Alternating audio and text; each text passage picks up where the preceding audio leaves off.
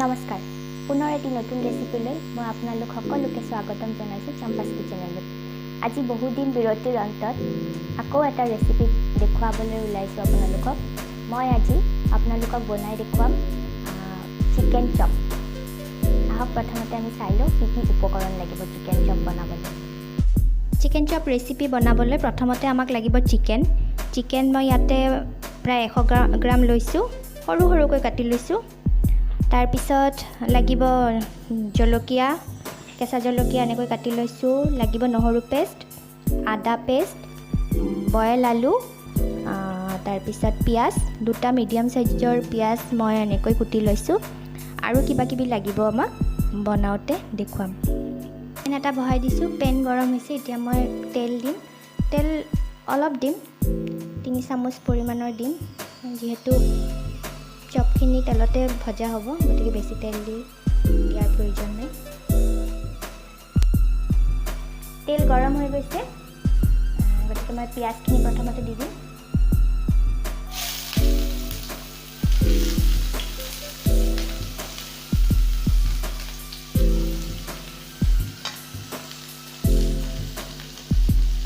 পিঁয়াজখিনি অলপ ভাজিব লাগিব, ফ্ৰাই কৰিব লাগিব। মই পিঁয়াজখিনি 2 মিনিট সময় ফ্ৰাই কৰিলোঁ।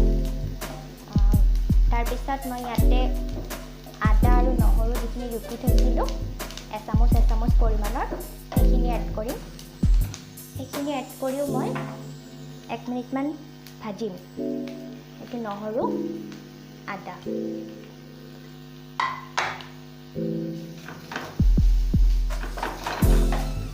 অলপ ভালকৈ ফ্ৰাই হ'ব লাগিব। এতিয়া মই মছলাখিনি দি দিম। প্ৰথমতে দিম ধনিয়াৰ গুড়ি, তাৰপিছত জিৰা পৰিমাণ মতে দিছোঁ। ধনিয়াটো অলপ বেছিকৈ দিলোঁ আৰু জিৰাটো অলপ কম দিলোঁ। দিম হালধি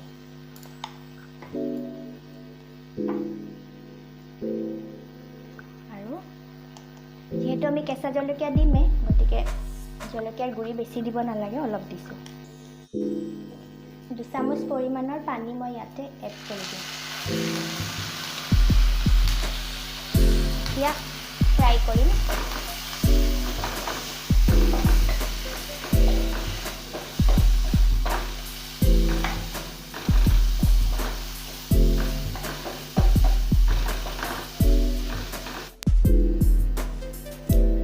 এতিয়া এইখিনি ফ্ৰাই হৈ গৈছে মোটামুটি। এতিয়া মাংসখিনি দি দিম মই এনেকৈ। তাৰ পিছতহে নিমখ দিম। এতিয়া পৰিমাণটো ভালকৈ গম পোৱা যাব। এবাৰ লাৰি দিছোঁ।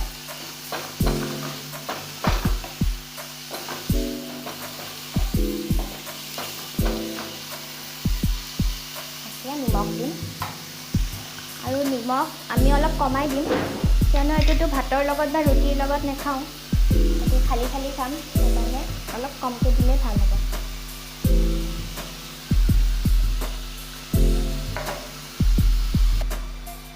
এতিয়া ল' ফ্লেমত থৈছোঁ আৰু অলপ মাংসখিনি সিজিবলৈ মই ঢাকি দিছোঁ। ইয়াতে মই 2টা মিডিয়াম সাইজৰ আলু বইল কৰি একদম মিহিকৈ পিটিকি লৈছোঁ। এইখিনি এতিয়া মই তাতে মাংসৰ লগত এড কৰি দিম।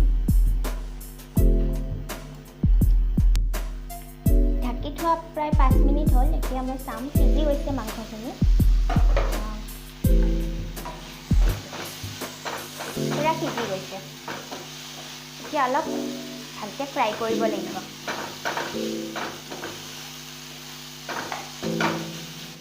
মাংস সিজি গৈছে। এতিয়া পিটিকি থোৱা আলুখিনি দিম। আলুখিনি পুৰা ভালকৈ মিহলাব লাগিব মাংসৰ লগত। মিহলাই তাৰপিছত ফ্ৰাই কৰিব লাগিব।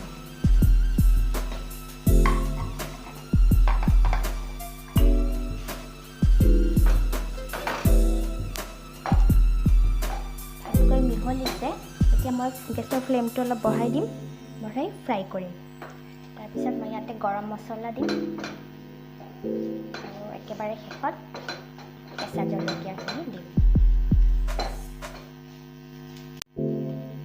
এতিয়া এচামুচ পৰিমাণৰ গৰম মছলাৰ গুড়ি দিম। আকৌ ভালকৈ মিহলাম।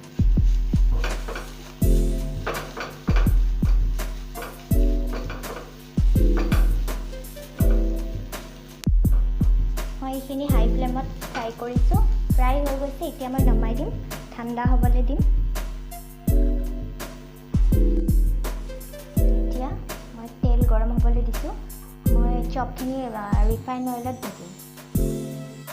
মই ইয়াতে এটা কণী লৈ লৈছোঁ আৰু সামান্য পৰিমাণৰ নিমখ দিম। নিমখ দি মিহলাই লম।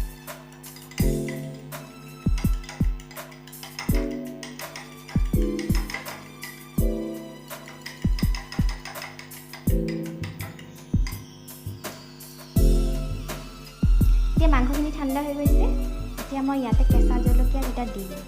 কেঁচা জলকীয়াকেইটা এতিয়া দিছোঁ। কিয় দিছোঁ? কাৰণ তেতিয়াহে কেঁচা জলকীয়াৰ যিটো চেণ্ট সেইটো থাকিব।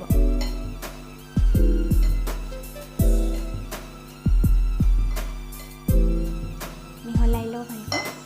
আৰু এতিয়া যিকোনো শ্বেপত মই চপ বনাই ল'ম।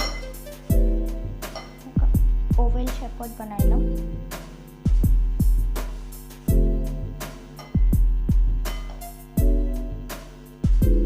ৰাউণ্ড শ্বেপতো বনাব পাৰি।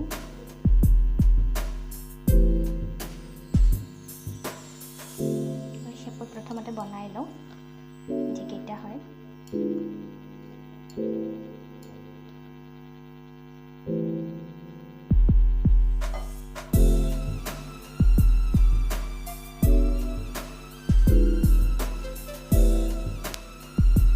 এনেকুৱা 5টা হৈছে।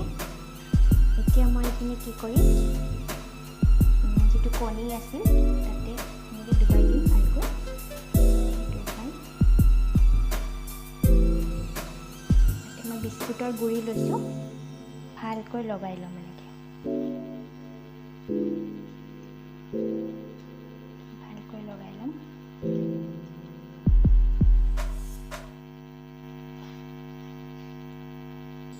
প্ৰত্যেকটোতে এনেকৈ লগাই থ'ম। আৰু এইফালে তেলটো গৰম হৈয়ে আছে।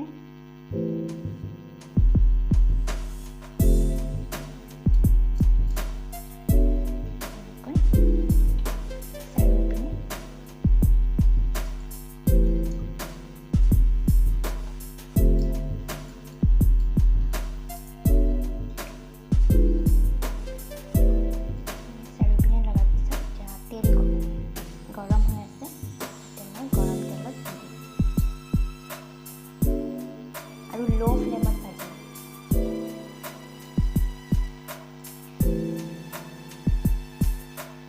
একদম সহজ হয় বনোৱা।